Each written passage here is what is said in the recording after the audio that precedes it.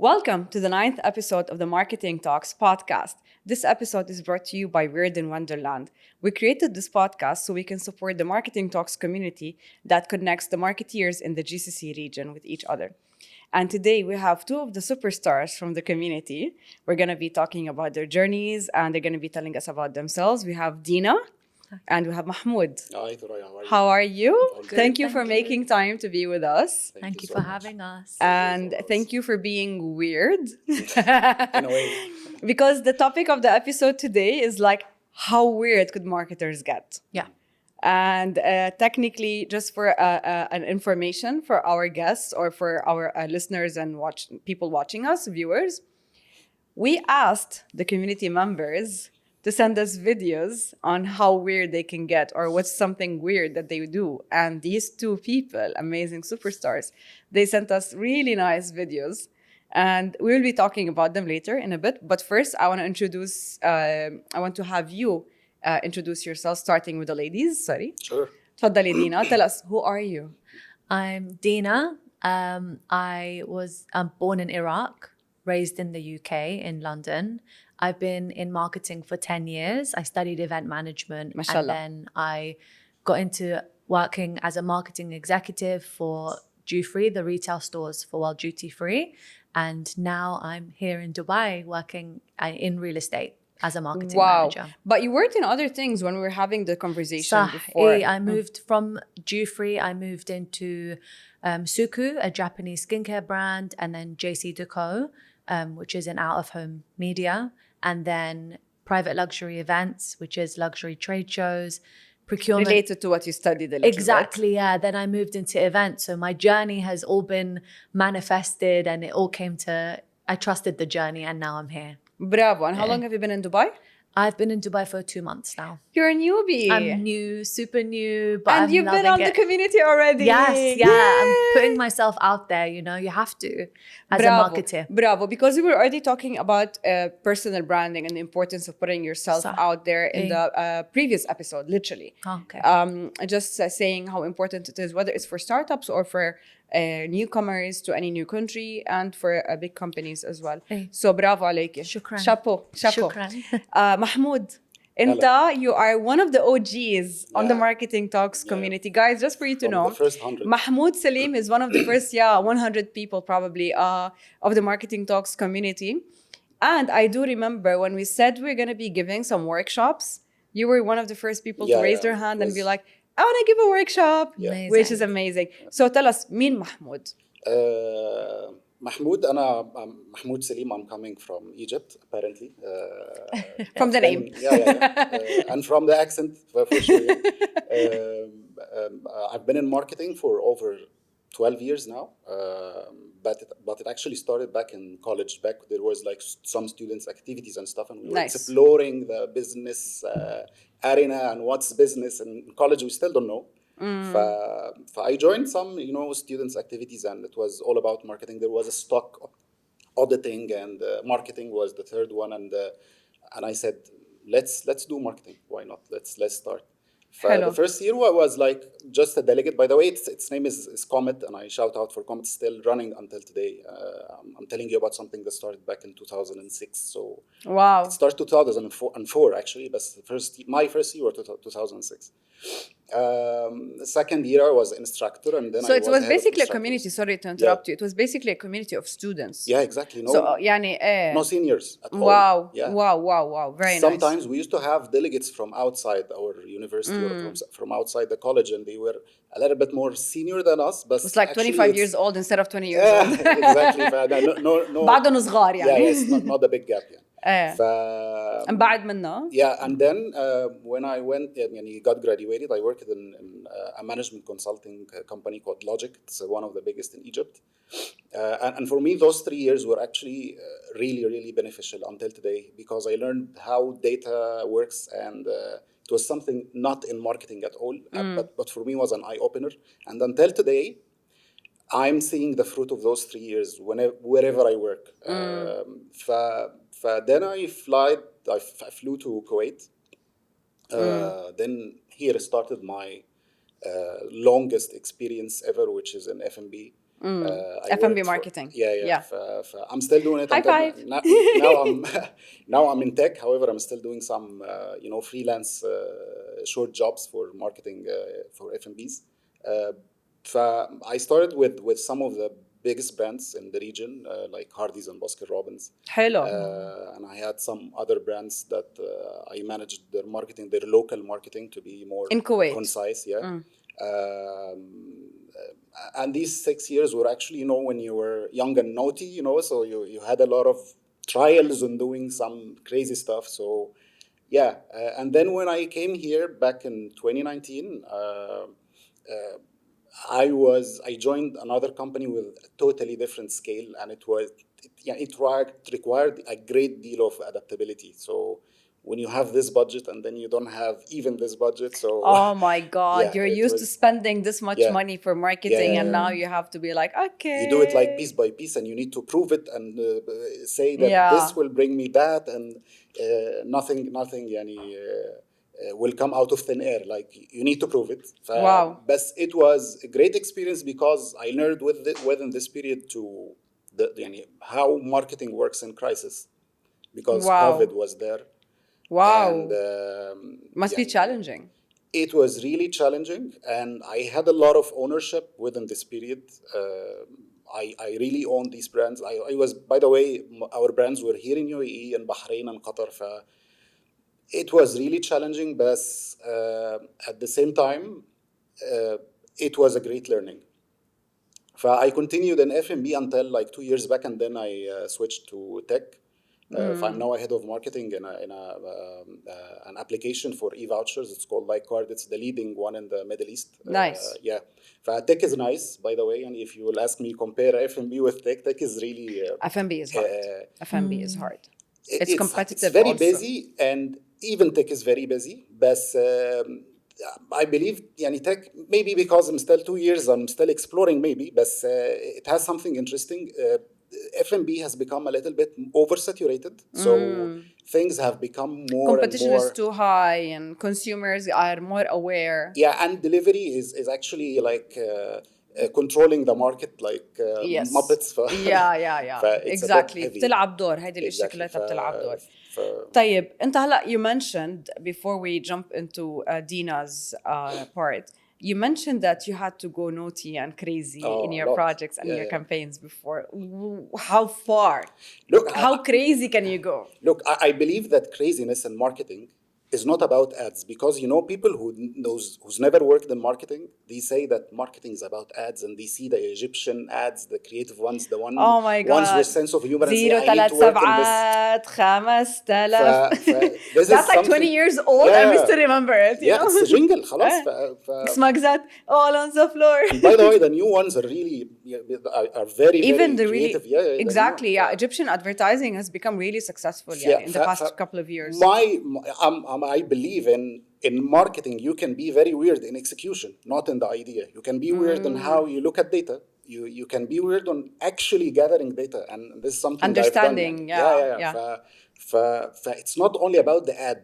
The ad, at the end of the day, yes, you might have an idea, but you can get an agency on board and tell them, I need 10 ideas. And you say, no, I don't like any of them, and then you come up with another. This is something I think we need to clarify to people who never worked in marketing, that marketing is not ads.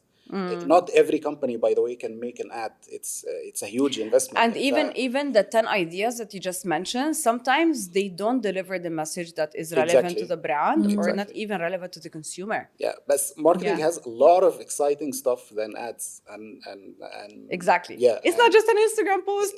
خالص. Once I was crazy with data. If it's the time, I can tell you now about this example, because back in days, we had a lot of garbage data on the POS and systems where you enter all the food that was sold. So that the question that could be solved by anyone in the team was, let's say in Hardee's, what's the percentage of burgers versus chicken sandwiches? Okay, it's 60-40. Done. Thank you. Okay, what's the percentage of the spicy burgers versus spicy, let's say, chicken sandwiches? Can we do this categorization? Can we tag the products by different specifications?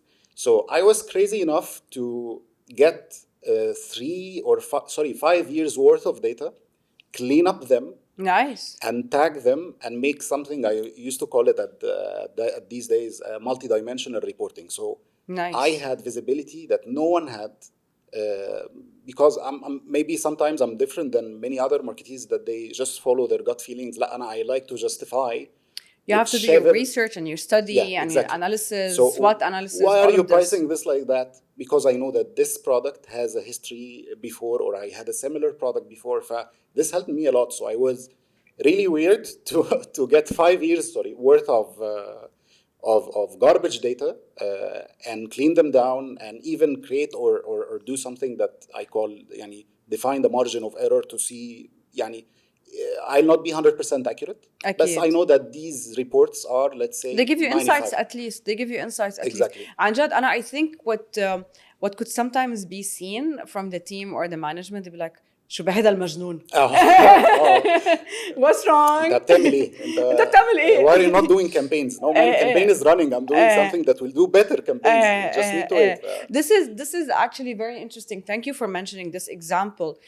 One of the main reasons we're doing this podcast, and one of the main reasons that we wanted to transform whatever conversations have been happening on the group. You're always active on the group, and you see the conversations and the struggles and the challenges that we go through as marketeers. Is if you want to just do a campaign without any solid data, there's nothing you can do. No. Even building your product, doing your own product development, you can't do anything. No. If you haven't done that homework of 5 years of collecting garbage data and cleaning them and recycling them, let's say. Exactly. You wouldn't have been able to come up with strategic decisions to help you create better campaigns and better marketing strategies. So kudos. Yeah. Bravo. Yeah. Thank you. Marketing has changed. Like, it's no longer I'm creative and that's enough. Yeah. You have to have data. You have to be data driven, data led. Like, if someone came to me in an interview and I say, what's your best skill? And they say creativity. I say, okay, but really I need a bit more. It's changed, especially after COVID. I think everyone now has shifted away and they look at the data and what's good and what's not working. It became a necessity. And I've now learnt to enjoy it. Nice. You know? Before I never used to. I used to be like, what? Numbers, Salesforce, what? And now it's like my day-to-day. Wow. Yeah. Wow. You have to. Tayyib, what is one weird thing or crazy thing you had to do in your job, or you wanted to do in your job, or happened to you I think working? For me, working in different diverse in like industries, whether it's a beauty industry for a Japanese-led company, taught me so much, because Japanese and the Asian kind of demographic, the culture is usually a bit shy, not really bold with their ideas. So they brought me in as a brand and marketing manager, and I was working closely with Selfridges and Harrods in the UK, and even in Dubai as well. We were organizing an event in Raffles here in Dubai many years ago, maybe 8 years ago now. And I brought in the boldness to the company, whether it was through my event. We rented a bus and we launched the new autumn winter collection on the bus for Valentine's Day. On the bus going around? On the bus. It was parked, and then we went round, did a few videos and nice. Branded it up and really evolved the brand so that we attracted a new audience. Their main audience is Chinese, Japanese, and the Korean, Asian market. But I wanted to attract the UK, the European, the Middle Easterns, and then I also kind of took it to the next level and started pitching in different competitions for them, and won a 6-month listing in Qatar in duty free for them. So they were amazed by that, because no one usually comes in and does something like that in a Japanese. It was a lot of approvals and a lot of pushback, because usually they say no to anything they're not familiar with. Yeah. But you have to kind of, especially if you're in the UK, you have to match with where you are and what the audience wants. And actually, same thing here. So you have to get creative and crazy in a competitive market like UAE or GCC region in specific. Exactly, yeah. Not just UAE. You have to you have to be competitive. You have to be bold. I love the idea of doing this bus experience. Yeah, exactly. So this is marketing. This is actual marketing, not just a post on Instagram. Exactly. This activity that you did, experiential. Yeah, it's experiential, yeah. And that was a huge thing, before COVID. As soon as COVID hit, I was working in the same company, and then kept me on working, but I trained all the staff members to become influencers. Nice. And then we shifted everything to in person to then online. And then through online. So the staff members of the company, they started becoming influencers themselves, yeah, makeup artists, exactly, and like putting on the looks, doing Instagram lives. That's very nice. Yeah, exactly. Yeah, and they loved it, and that's why we kept selling even through COVID.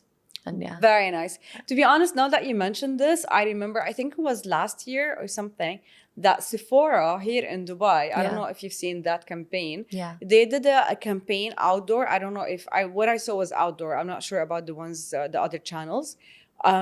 They used the staff as their models for the makeup. Yeah. It was very nice. It was like, you're seeing real people for a change. Exactly. Yeah. It's not like a model or a celebrity. It's not like Jennifer Lopez always in the pictures or Julia Roberts, whom I love, but still, like, I saw real people for young girls. They're in their 20s. They're the ones you would see at the shops. Yeah. They probably have a relationship with their customers, you know? Yeah, and people come in, they'll remember them. It's employee advocacy. And if the staff members are showing that they love what they do, they love the products, I'll trust them, you know, even more. And then I'll go in and try find them and say, I saw you online, and like, it's exciting, I think. I always say that the first customer of any brand or any business is your employee. Exactly. Your staff. Yeah. If your team is not your brand ambassador, you lost it. Yeah. Khalas. Yeah. It's the first person who will actually sell your product or buy your product is your team member, which is great. Thank you for mentioning the example for the influencers. I love this idea. Thanks. Yeah. Honestly speaking.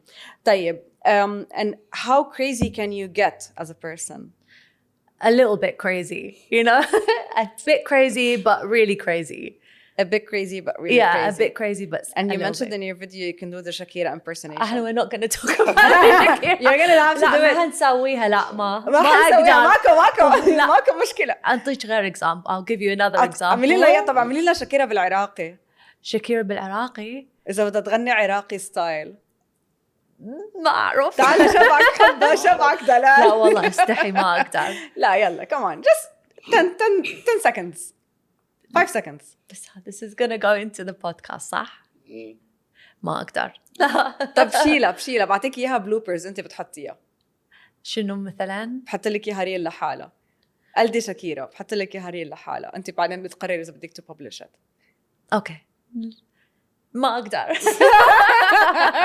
لا والله أستحي ما أقدر. Stage fright, we're getting stage fright literally ما I can't. بدنا نلقطك هيك بدون ما تحسي. At some point we have to catch her without noticing and like my camera, my own phone, like, hey, she's singing, look at her. I'll send you a video directly. خلاص okay بس كون هيك you're comfortable. I understand. طيب, and what about you? How crazy do you get on a personal level? On a personal because level marketing people, we have to be crazy, otherwise we don't function. لا يعني on personal basis, let's say يعني maybe the stuff that I do are يعني different than my profession at all. So I have this love to tools and doing DIY stuff. Nice. Recycling, and I have my workshop at home. So nice, an actual workshop. Yeah, I'm not a professional one, but يعني I do some recycling. ورشة نجارة كذا. Yeah, exactly. يعني مثلا my daughters, they needed this dollhouse, and I found it's 800 plus dirhams. So I told them, what about I do a dollhouse? واو شو حلو. Yeah. واو شو حلو. One of the steps that I do is that I hunt for wood. So I don't buy wood, by the way. I just go around and see whether someone has throw out furniture or something. So I take it and upcycle it. Oh. So it was like a wardrobe or something. I got it and I cut it into pieces and I built the whole. See, this is personal branding for yourself with your kids. Amazing. Like you're establishing yourself as amazing. The real man of the house. You know, I'm like hands on. I love doing this. For me, it's a therapy. By the way, it's not only. You're making it too hard for your girls to find a husband in the future. No, they find it. Don't worry. I mean, I'm worried about generation these days. Yeah, they're actually getting weird, not like nice weird. These are simple. One of the things. I also, people, you'll find people like they like football or soccer. They like Cristiano Ronaldo and Messi and all of that. And I like commercial aviation. So I learn how planes work. So I learned how a plane works, how to take. Did you learn how to fly a plane? Yeah, but not to land it, as I said in the video. Yeah, I know how it lands, but it's a bit difficult. I spent like more than 1 or 2 years back in the days, and I was learning how a specific airplane works and how to turn it on from something called cold and dark, so that there's no power at all until you take it to the cruise. يعني they call it cruising or flight. The actual flight, يعني لو autopilot بقى وكده, and then you take the route as if you are going from Dubai to Sharjah. There are routes out there, by the way. It was really interesting, a lot of knowledge. I used to sleep on crash investigations because it's hell of knowledge in one video, and 1 hour can give you one book worth of information. Wow. Yeah, it's huge. These are my weirdness, يعني, بس. Do you feel that these hobbies of yours or these interests affect your career? يعني مثلا for instance انت هلا عم تحكي عم بتقول I built my daughter's dollhouse from scratch. I hunted down the wood, I hunt down the material, I upcycle and recycle. Do you feel that this reflects on whatever projects you work Very on nice for question, marketing? by the way. I see it in another way when it comes to work. So I utilize stuff simply. Yani if there are anything that can be utilized, that's a smart word to use. Yeah. So even I'll give you a very quick example. We used to have these big draws and gifts that we give out, and sometimes people don't come back for their gifts. So I can easily, because I have a track of them, to do another run with these gifts in a different way, in a more fun way. If I have a new idea, I can, and I've done it before. One of the craziest ideas I've ever done. The idea itself was not very crazy, but the application of the idea was crazy. It was, I know it's like 9-10 years back, but it was a huge karting competition. Karting, yeah. مع أي brand? It was for Hardee's. Look, all these big investments, I never did it here in UAE because it's normal. It's normal. You need a big campaign. Exactly. Campaign needs a big brand. The budget was pocket, you know? The budget was big, really big. I proposed the idea and it was rejected, and we got كمان pushback, as you mentioned. A lot of pushbacks, and yes, at some point of time I used to get angry about this, but I got to know by experience that this is the norm. It's normal to give 10 ideas and one only goes through. خلاص, it's okay. There was some kind of bureaucracy and pushbacks. At the end of the day, we have done it. The craziness came in the application, not in the idea. Any brand can do a karting competition. It's okay. But in our back in the days, we were paper-run brands. It was, this traditional marketing of flyers, newspaper, blah blah blah. So we turned it all the table around. So we before digital became digital. No digital at all. To all digital. يعني okay. Yeah, very interesting. So there had to be, in order for this campaign to go, there had to be you were pioneers basically in shifting from let's say the analog era of marketing to the digital era. Yeah, and I did this in many other positions, but that was the most bold one because of the surroundings, not because of the. إنه كان بعد التكنولوجي يمكن منا مثل هلا يعني available as much as now. Not the problem was not budget shortage. In other positions I was in, the problem is budget. The minds are brighter and the things are easier to. It's always like this. It's always like this. The application was crazy in a way that, for the first time, we went digital. For the first time, also, we shot ads, like real ads with professional photographers, drones. We rented the whole venue for karting, and we branded all the karts, and we brought some people and dressed them as racers, and we did everything. We even changed the package for Hardee's, and it was the first time to ever happen. لأنه بيكون عندنا guideline from the mother company. Exactly. But we had a regional marketing director who was very bright and open. He had no problems. He told us to just make it right because we don't need to stay for a long time with an occasional or this specific campaign package. It was everywhere, on the bag, online, on any prints, in the store, on the tray mats. Also, one of the things that we flipped was that we used to use these, raffle draws and. Oh my God, the cards! Yeah, back in the day. Cancel this. Digital. Online website. Okay. Get the data. when you do it printed, you don't get the data of your users. At this point, I don't recall the number, but it was a good number of users that will help us create lookalikes and stuff on social media. Wow. For the way we did it, even inside the particulars of the competition was crazy. So we did put weights on the carts to make sure that all racers match a specific weight. So let's say so يعني مثلا انه واحد وزنه عالي او وزنه if خفيف it's او whatever. over the average خلاص it's over. We will not put weights. But if someone comes in a race and he's وزنه 45 مثلا, we need to bring you up to 60. Wow. Yeah, شو حلو. Very interesting. Yeah, and I remember well the winner, he had a Dodge Challenger. The last race was 1 hour, half an hour this way, and the other hour, half an hour was counterclockwise. It was really crazy. And the moment, I remember this very, very well, when we've seen people coming in the venue, I started to look at my colleague and say, what's happening? What's this crowd, you know? Wow. We did it.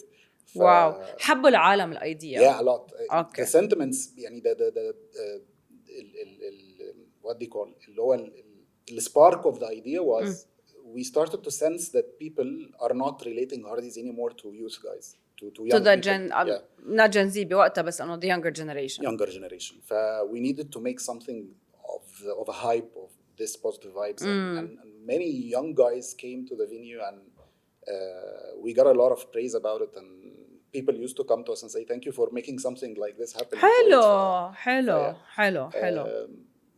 This is one of the craziest ones, and the recent one was my current position, where we created a kind of personification to our brand.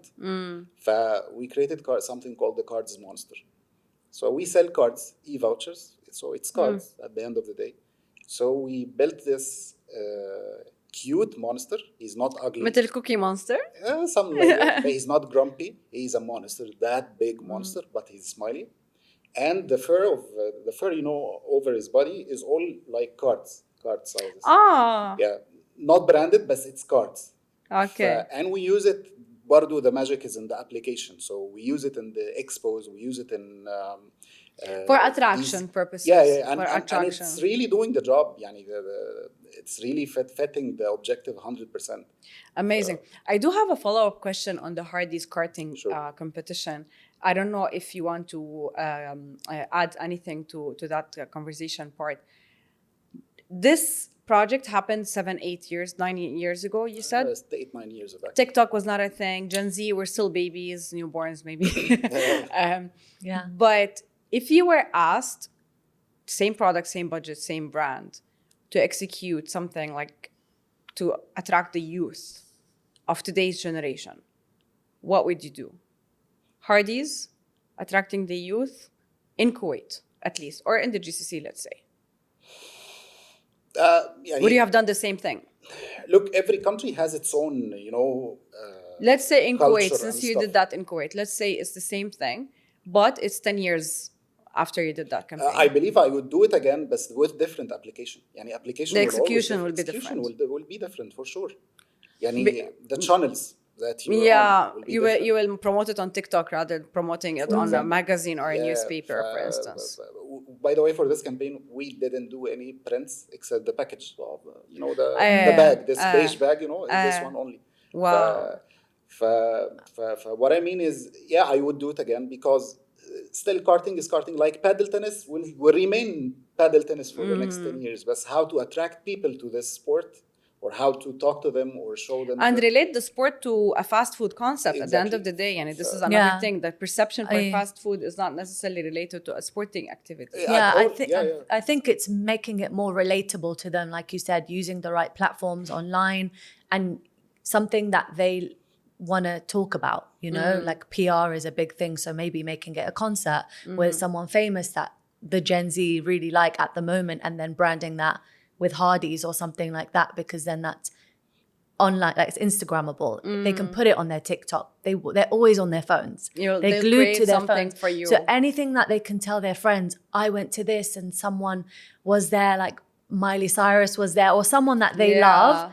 That's what I think would capture their attention and like make everyone go viral. Yeah. The reason I asked this question, because I hear it a lot from brands or marketing people or juniors or seniors or whatever, that when they're asked to target Gen Z, they will just do a TikTok campaign. TikTok. Yeah. In specific. It's yes and no, by the way. It's yes and no, but it's not only. It's not only. I think it's all dependent. Sorry to cut you. No, it's okay.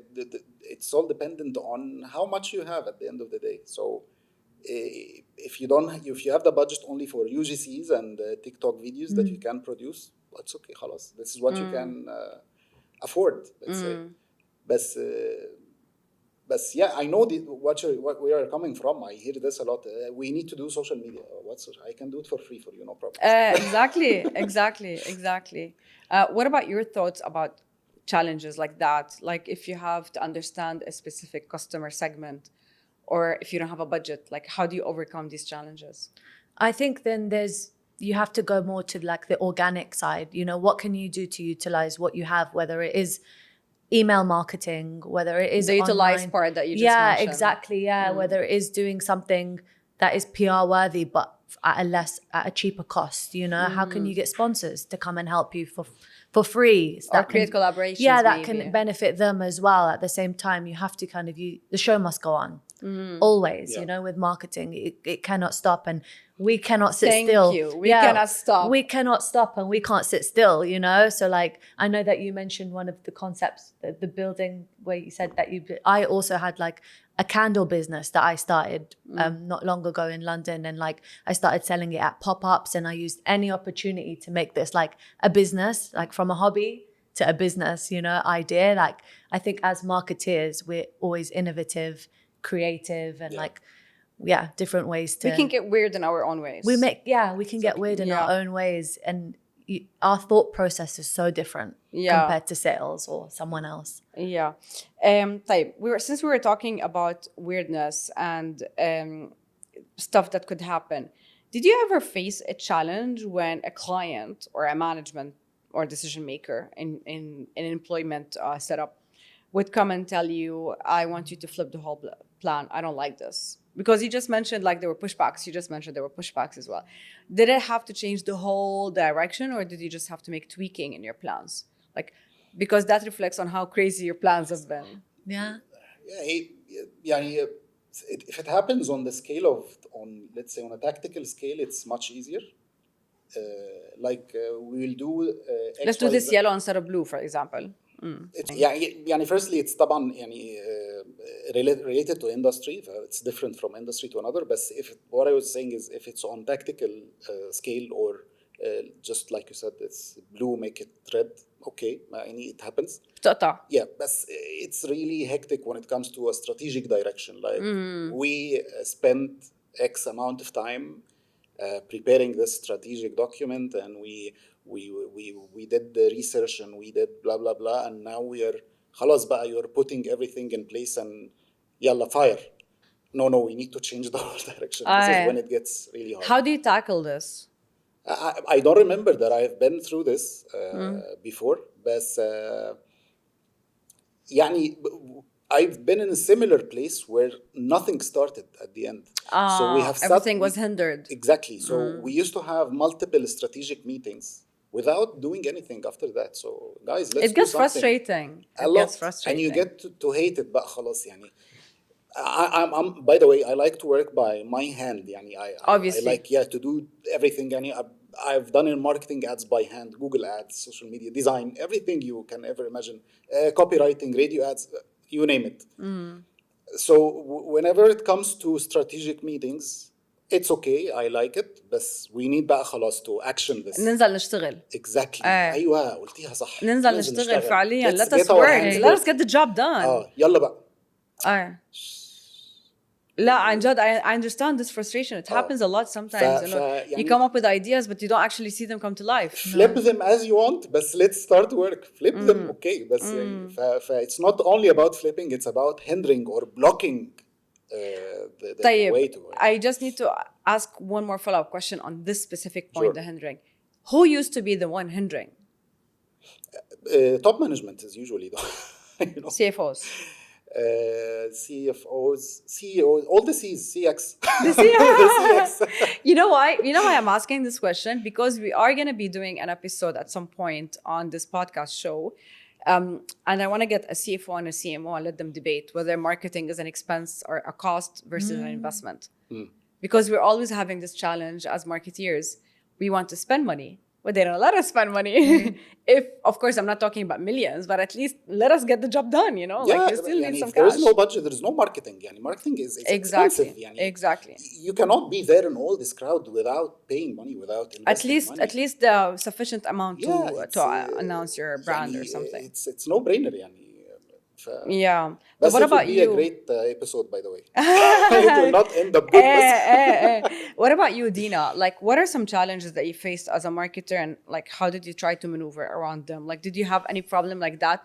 Your work has been hindered, or you felt frustrated because you can't actually work and get the job done? Yeah, you feel like you can't be yourself, you know, sometimes that's how restricted you feel sometimes when you're in marketing. Like whether it's an activation that I had someone design how it's going to look and feel, and then I showed it for approval, and then it was a big no, you know.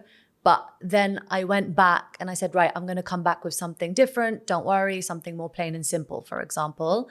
And then I would still add in elements of what I want, but I'll have to meet their expectations a little bit. But without risk, there is no reward, right? Nice. So you have to push with what your idea is. You have to believe in yourself and make people believe in you. You have to convince them. You have to convince them, and like what you're talking, they need to understand, and they need to trust you, for example, and they need to know that with this is going to come big exposure, for example, whether it's online or people in store or whatever jumping kind off of Burj Khalifa. Yeah, anything like this, and like it's just about making them believe you. It's like just talking about like jumping off Burj Khalifa. Yeah. It's like the campaign that happened a couple of years ago. I don't know if you saw it while you were in the UK. I think it was a British lady, if I'm not mistaken.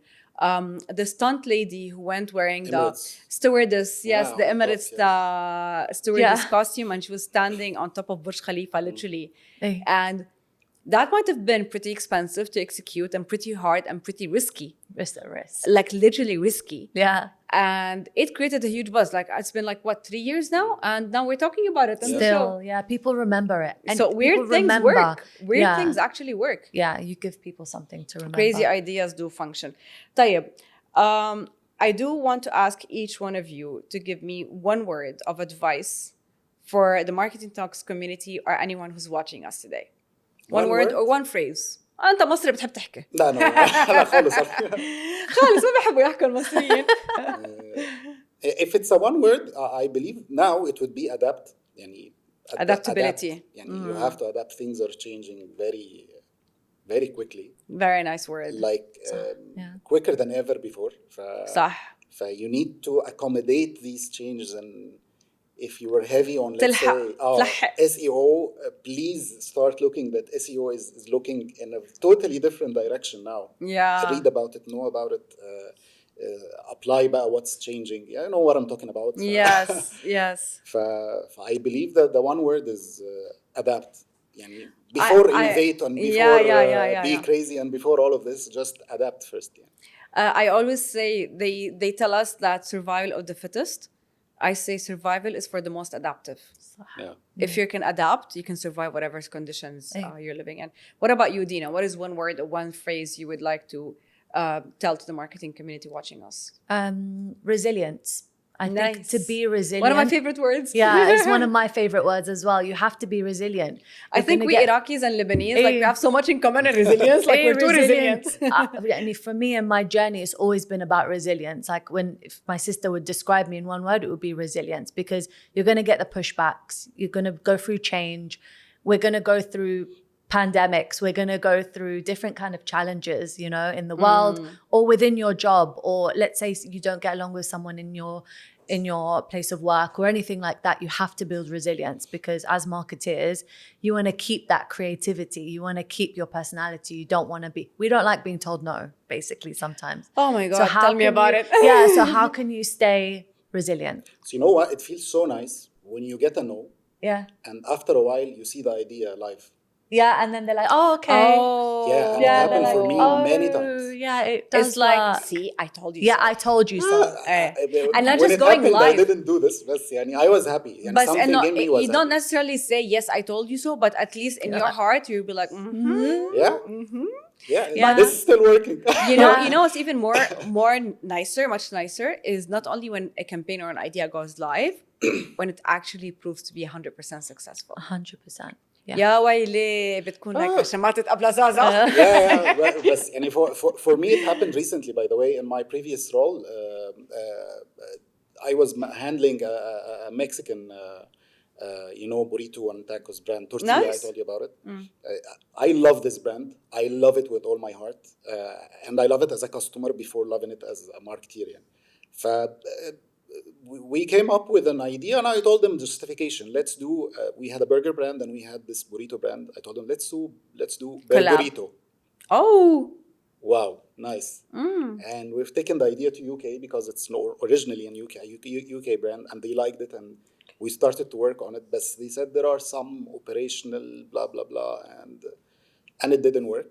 So last year, I think I found that they did They eventually managed to do it. I don't know whether it succeeded or not, but something in me was happy. Like yeah, of course. And I sent the brand manager. I told him, "Oh, finally."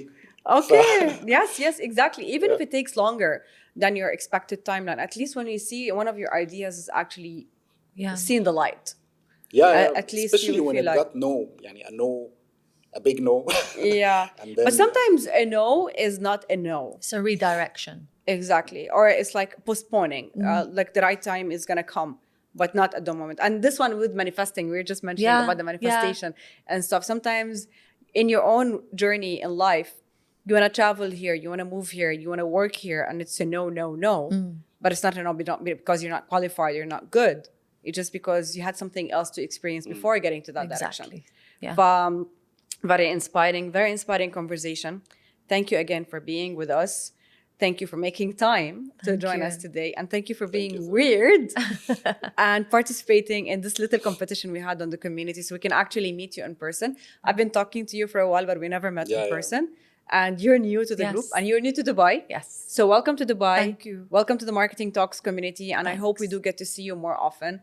And I hope to see successful stories of yours, inshallah. And you as well, Mahmud. Inshallah, ya Rab, نشوفك من نجاح لنجاح لنجاح. Thank you, Soraya, والله. And thank you so much, عن جد. يعني We've very, been very longing for something like this in Dubai, by the way. And, Oh. I like it. I was, يعني, since I've seen the first post, I said, this is something that was really needed. الحمد لله وان شاء الله يا رب نقدر كمان نعمل امباكت لكل الجي سي سي ريجن ونساعد انه for opportunities for facilitating projects وانسايتس وكذا يعني يا رب ان شاء الله في كتير projects coming up for the marketing community والبودكاست is one of them إذا الله راد. Thank you for tuning in and watching the 9th episode of the Marketing Talks podcast, which is brought to you today by Weird in Wonderland. We had amazing guests with us, so tell us in the comments section if you have any suggestions or ideas or any feedback about our episode today, and stay tuned for the next one.